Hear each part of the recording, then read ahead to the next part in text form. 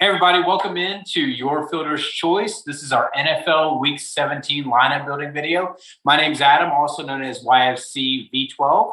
I'm bringing you this video, obviously compliments of the yourfielderschoice.com team. I do want you to check out our website.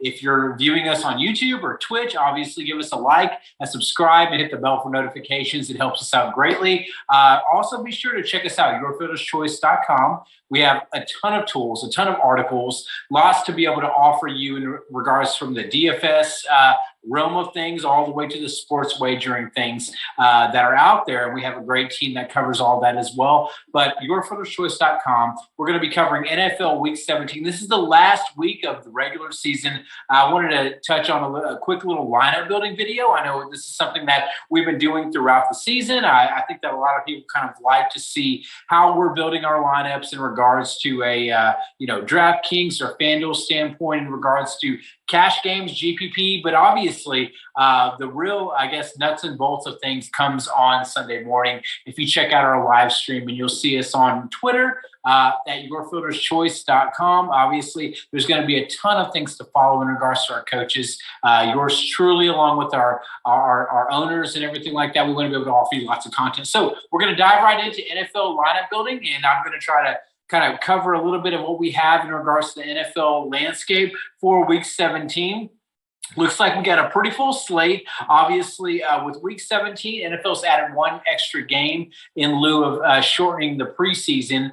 So that's going to give us a little bit more in regards to what can happen. There's some teams that have already locked up some things. Obviously, the playoffs in regards to wild card, adding additional teams to the AFC and the NFC has changed things up. But there's still some that, I guess could be said for positioning. Obviously, Green Bay, the Aaron Rodgers news of, is he going to play? Is he not going to play? But I would expect, because there's not this one dominant team in the NFL right now, everybody really wants to be able to focus on having a healthy team going into the playoffs, but having a very well-oiled team and not really worried so much about taking this week off and maybe getting a bye next week. So we're going to go in and we're going to approach each one of these games as if the players were playing, unless they're sitting out via injury or if we have any COVID-19 news that's going to have them sitting out. So let's wrap up this NFL season, and we're going to dive right in, and we're going to start going by position, but we're also going to talk a little bit by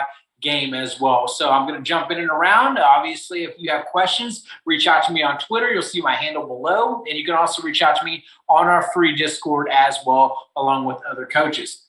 All right, guys. So starting with the quarterback position. Obviously, I don't always build my lineups in regards to just the quarterback position and ownership. It's a little bit early right now. We're speaking about, 3-4 days out. So things can obviously change. But let's talk a little bit about what we do have in front of us. Obviously, Josh Allen sits at the top of the salary boards. With that being said, Josh Allen is going to be one of the best quarterback plays in regards to his floor, in regards to his upside. He consistently puts up good numbers. He faces a New York Jets team that he put about 25 DraftKings points on. He's a great FanDuel play because of his rushing ability. So Josh Allen, all around, overall, is going to be one of the best plays from a betting standpoint. Buffalo is going to be implied for a ton of points. The New York Jets are pretty bad defensively, so he's somebody we absolutely want to look at. Aaron Rodgers, we touched on a little bit. He has a toe, limited participant in practice. From what I saw, he says he wants to play. He feels like he's a veteran. He knows he doesn't want his guys sitting around for 2 weeks with the NFC number one seed locked up. He's obviously looking at a round one bye. So I think that Aaron Rodgers, I think he's going to play, guys. I know it's the Detroit Lions, but we're playing indoor. I think Rodgers wants to cap off a MVP caliber season. Whether or not he gets it, I don't know. So he's obviously going to be in play here. Going down the line from a top-tier quarterbacks, obviously Tom Brady, facing Carolina team. We have that Antonio Brown craziness that's going on. No Chris Godwin right now, so he's always somebody that is in play as well. Seattle and Arizona, Kyler Murray is obviously somebody we want to look to. Joe Burrow has been absolutely killing it the last couple of weeks in the face of the Cleveland defense. That's pretty stout here, but I think that from the most part, Burrow's going to be active, obviously, here. I think that they're going to hold him out in regards to the playoffs. So that's something to keep an eye on. But obviously, we want to treat it as if he was playing. But I'm going to kind of slide down a little bit here. I do love the Josh Allen play, but I think there's some players here that we can absolutely look at here. Carson Wentz kind of stood out to me a little bit. Obviously, playing for the Colts, they're a run-first team, obviously, Indianapolis, but against the Jacksonville team that's been pretty bad against the quarterback all year long. You have a Taysom Hill here against Atlanta. Taysom is kind of hit and miss, not really a cash game play. But I think overall the consensus play is it looks like Jimmy Garoppolo, if he doesn't play, I think Trey Lance is going to be the guy that's going to be coming through. I don't think that Garoppolo is actually going to be able to come back. Trey Lance is kind of the future for the 49ers. We got him at a very, very generous, I think, $4,500 in price. But Trey Lance delivered on that chalk play, 16 of 23 for 249 yards, nearly 70% completion. Had a little bit of a rough, rocky start, but 2 touchdowns, 1 interception, 8 carries for 31 yards. Obviously, that kind of ability. He's a great player. Went to the same school that Carson Wentz did, Division II, but obviously the guy can absolutely ball, and we want to consider him here.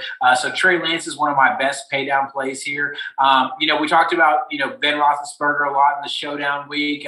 He should be able to play, kind of round out his career here. He is playing a Baltimore defense who is abysmal. So he's somebody we absolutely want to consider, but let's look at this real quick. 46 attempts, guys, 24 completions and only 7.82 yards.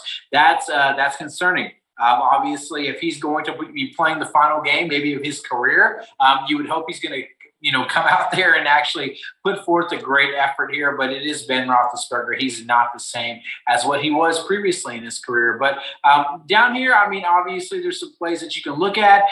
There's nobody that I'm just going to be targeting. I want to get a little bit closer to Week 17 news, and I want to find out, what's available to us. But I think right now, I know the Dallas game, I believe, was flexed to Sunday or Saturday. I can't really remember 100%. So right here, let's just say we want to play something safe. We want to play Josh Allen at 8,100. Okay, fair enough, right? And we don't really know all the news, but we know Josh Allen gets a large chunk of that offensive usage. They're playing the Jets, obviously. We're not going to overthink that too much. We're going to slot him in our lineup build here, okay? Running back. Running back, if you have watched these videos at any point in time, or you've talked or seen or heard from other people in the industry, you know that running back is really the cash game route, the cash game staple that you have to rely on. We want to have guys that are going to have a lot of carries, that are going to have goal line touches, that are going to possibly get catches out of the backfield.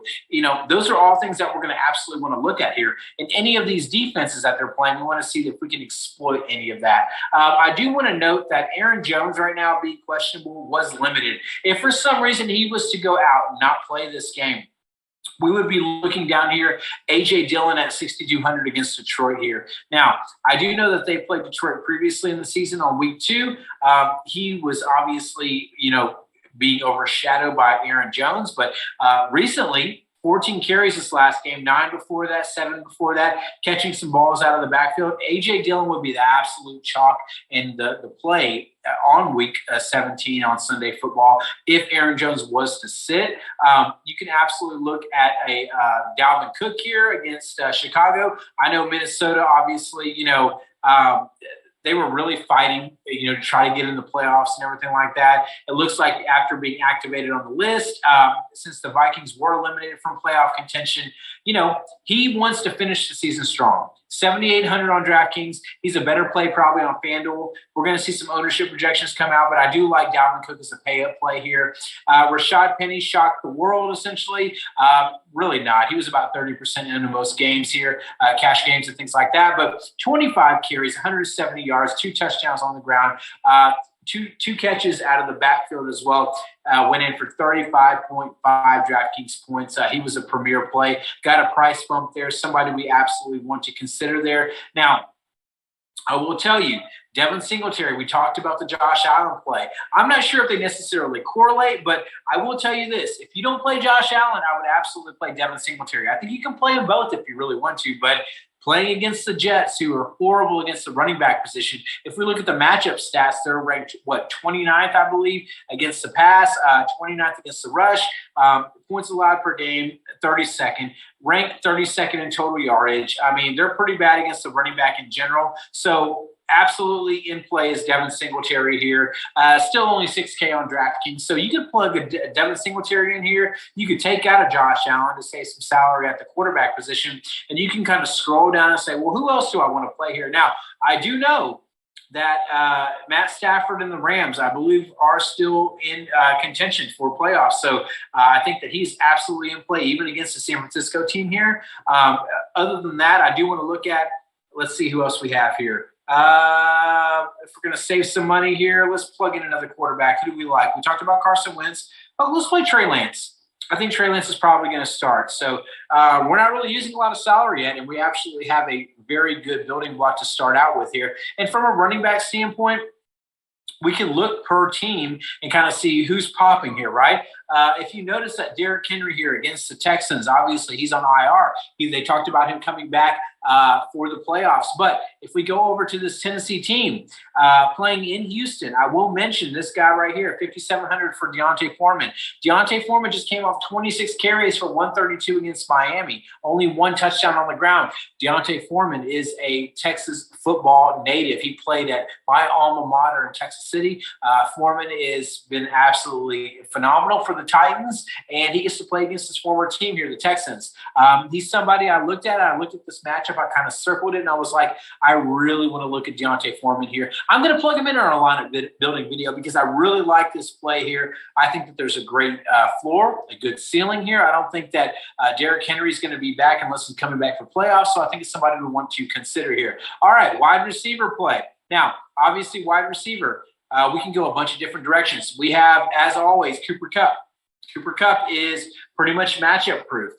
Playing against a divisional opponent, the last time he played against San Francisco, he went 13 targets, 11 for 122. Didn't even get a touchdown and recorded 26.2 DraftKings points. I think here he is absolutely going to be somebody who we want to look at here. He's going to be pursuing a lot of records from the NFL record books for wide receivers. If you look down here at the bottom, the DraftKings note here was that he heads into Week 18 with a chance to pursue Megatron's record as the Rams take on the 49ers. So he's a bit short of single-season yardage record, and I think that he's going to want to get it, and I think that his teammates are going to want him to get it. So expect Cooper Kupp to be plenty involved. Let's kind of mark him there.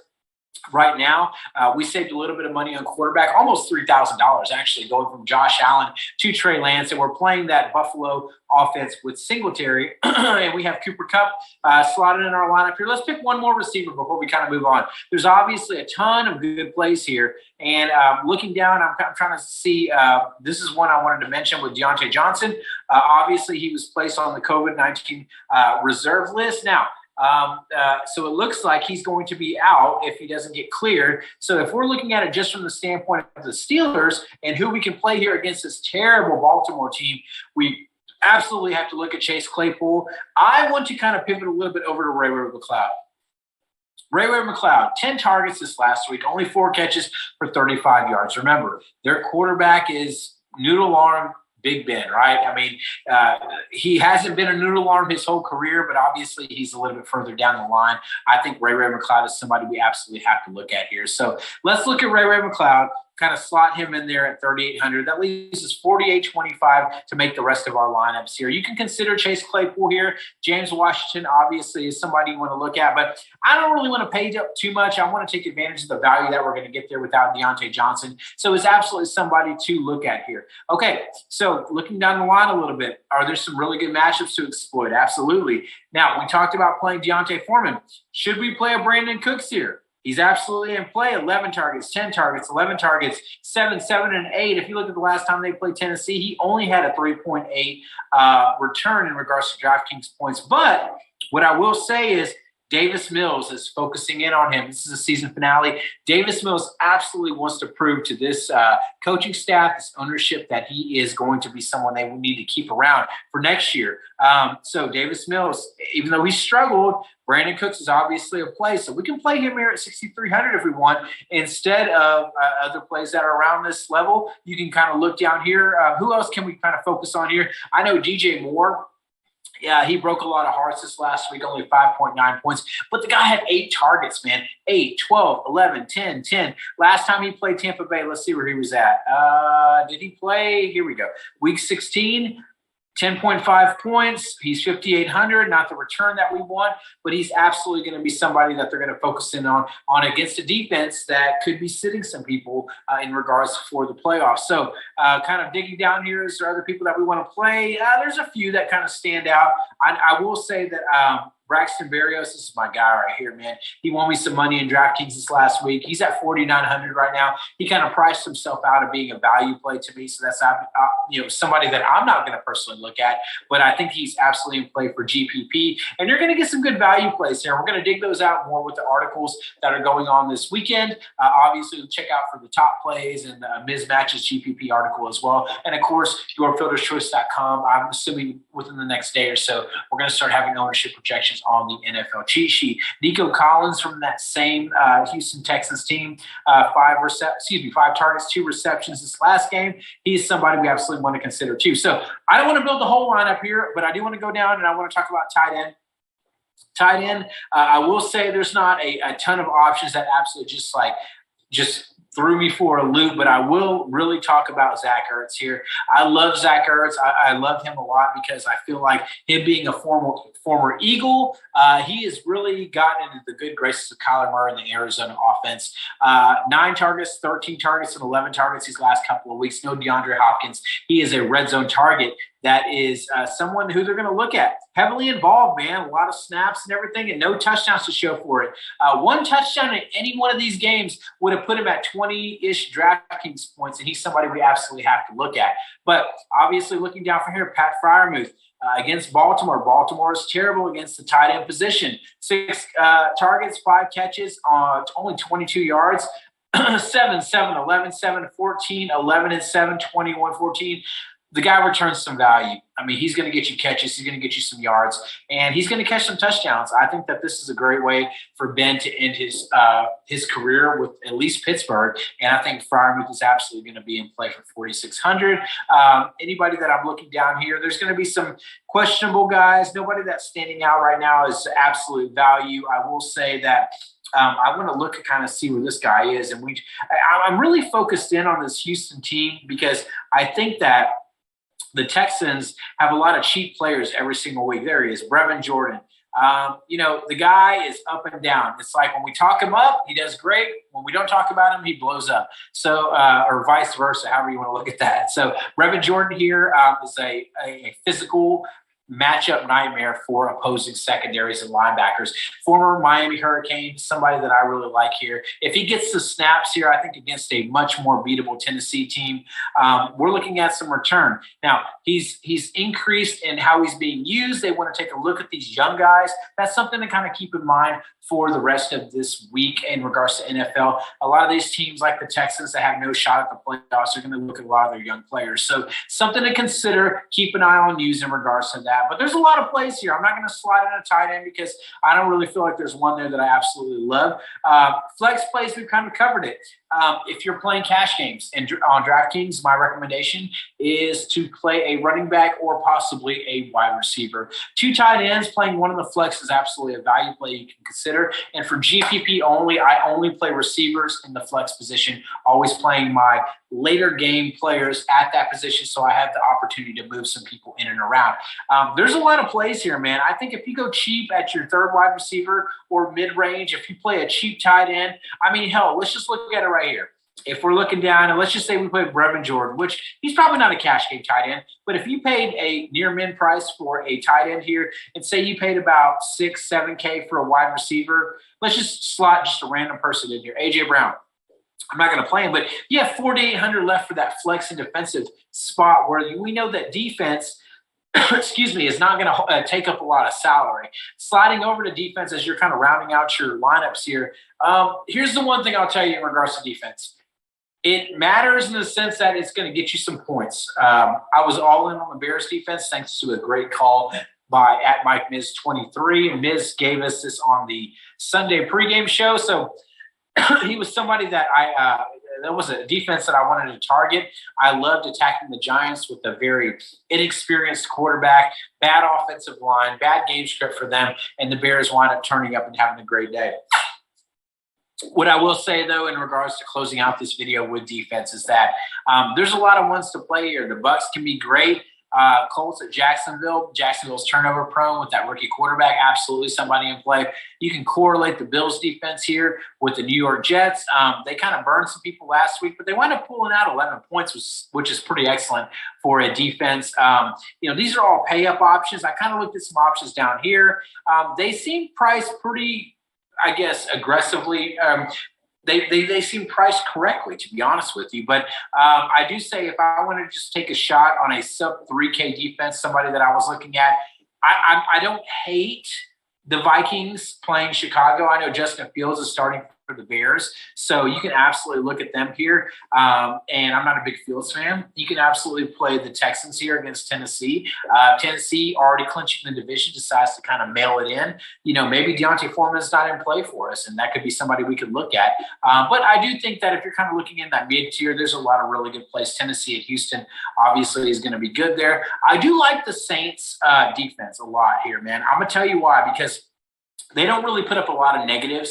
A lot of positives. Don't have to rely on defensive touchdowns, but 15 points because with Carolina this last week, they had 7 sacks, interception, and a defensive fumble recovery, only allowing 10 points, only allowing 90 pass yards and 88 rush yards, which is going to be pretty hard to replicate. So that is a team that we can absolutely look at. But, guys, there's a lot in play here. This was a quick lineup building video just to kind of show you our thought process as we're going down, talk about some plays here and there. We're going to get more in depth, obviously, come this weekend.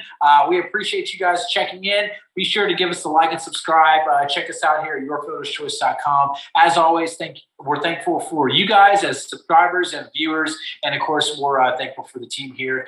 Thank you to my producer, Mickey. My name's Adam, also known as YSCV12. Reach out to me on Twitter or on our free Discord. And that's it, guys. Lineup building, NFL Week 17. Good luck. Be sure to check us out close to the weekend. Thank you.